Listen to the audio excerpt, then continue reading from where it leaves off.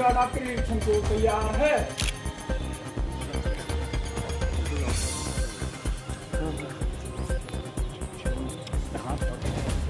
सम्मान गार्ड बगल सस, सम्मान गार्ड विसर्जन।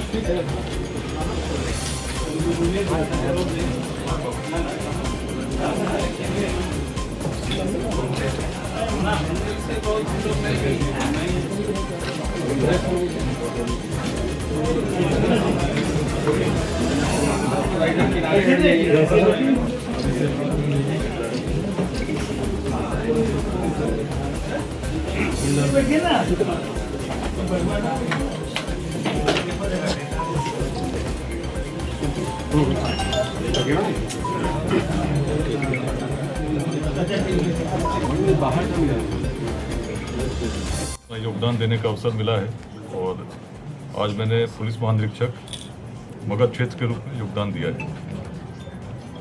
सरकार की जो प्राथमिकता है कि अपराध पर नियंत्रण हो और आम जनों में पुलिस के प्रति, सरकार के प्रति विश्वास बने, इसके लिए मगध क्षेत्र में पुलिस कार्य करेगी।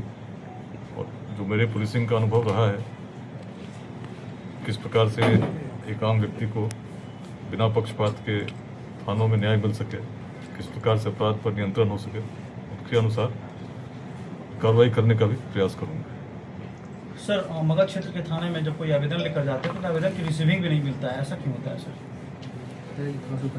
देखिए, अभी तो मैंने योगदान दिया है, जो विधि सम्मत है वो होगा, जो विधि विरुद्ध नहीं होगा उस पर कार्रवाई होगी, इसमें कोई संदेह नहीं रखिए। बाकी यही मैं कहना चाहता हूँ कि कुछ प्राथमिकताएं मेरी रही हैं पहले से ही, जिनमें जीरो टॉलरेंस की पॉलिसी चाहे एसपी के रूप में रहा, चाहे डीआईजी के रूप में रहा। यदि थाने में एफआईआर दर्ज करने कोई व्यक्ति जाते हैं और एफआईआर दर्ज होनी चाहिए तो होनी चाहिए। यदि उसमें किसी कारण से एफआईआर दर्ज नहीं होगी तो कार्रवाई होगी। इसी प्रकार से यदि केसेस का जिस धारा में दर्ज होनी चाहिए उसी धारा में केस दर्ज होना चाहिए। यदि उसमें न्यूनीकरण करने का प्रयास होगा तो उसमें भी कार्रवाई होगी। थाना के द्वारा यदि कोई पक्षपात की शिकायत मिलती है और सही पाई जाती है तो कार्रवाई होगी। यदि पुलिस के द्वारा किसी प्रकार की अवैध वसूली की शिकायत आती है किसी भी प्रकार की, उसमें निश्चित है कि कार्रवाई होगी। और थाना प्रभारी की यदि संलिप्तता पाई जाएगी तो निश्चित रूप से दंडात्मक कार्रवाई की जाएगी। प्रयास है कि पुलिस का विश्वास बने आम जनों में। इसके लिए जो नियमित रूप से शनिवार को गोष्ठियाँ होती हैं, उसके अतिरिक्त एक लोक संवाद गोष्ठी भी प्रथम शनिवार को, जिसमें किसी खुले स्थान पर लोगों के साथ मिलकर पुलिस बातें करेगी, उसका प्रयास रहेगा। Senior citizens, non resident Indians, ऐसे बिहार के लोग जो बाहर रहते हैं, पर्यटक, इन पर विशेष प्राथमिकता दी जाएगी और इन लोक संवाद गोष्ठियों में भी उन्हें आमंत्रित किया जाएगा ताकि अपने क्षेत्र की पुलिस व्यवस्था में उनके सुझाव भी हम ले सकें। और प्रतिदिन थानों पर शिकायत का निवारण, सभी क्षेत्रीय कार्यालयों में भी निवारण हो, इसको मैं पर्सनली मॉनिटर करूँगा। अपराधियों को क्या संदेश देना चाहेंगे? देखिए, जो विधि विरुद्ध जो भी होंगे उन पर बड़ी कठोरतम कार्रवाई की जाएगी, शीघ्रता के साथ की जाएगी। और मुझे पूरा विश्वास है कि मगध क्षेत्र में जो सरकार की प्राथमिकता है उसको पूरा करने में पूरा पुलिस परिवार समर्पित रहेगा और तीव्रता के साथ कार्रवाई करेगा। सर, ये जानना चाहूँगा कि बेगूसराय के कोर्ट ने एक आदेश जारी किया था जिसमें एक पहले अफसर हैं जिनका नाम लेके जाँच की आदेश दिया गया था, वो जाँच अब आप करेंगे या कोई और करेगा? देखिए, माननीय उच्च न्यायालय का जो आदेश है मैंने भी पढ़ा है, व्यक्तिगत रूप से अभी तक मुझे हस्तगत नहीं हुआ है। जो आदेश है स्पष्ट है, आप भी जानते हैं, तो जो आदेश है उसको तो पालन करना ही है। और मेरा सौभाग्य है कि इस प्रकार का विश्वास माननीय उच्च न्यायालय ने किया है।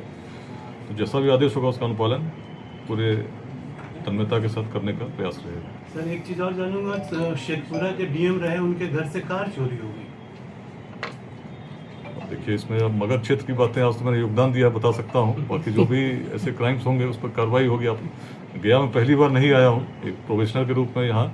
वर्ष 2005 में नक्सल उस समय काफ़ी चरम पर था। उस समय कई थाना क्षेत्रों में घूमने का भी अवसर मिला, कार्रवाई करने का भी अवसर मिला। और उसके बाद बोधगया ब्लास्ट में लंबे समय तक इसी क्षेत्र में रहा हूँ, लोगों से बातचीत भी हुई और बोधगया ब्लास्ट का कंक्लूजन भी हुआ, उसमें लोगों को सजा भी मिली, उम्र कैद हुई।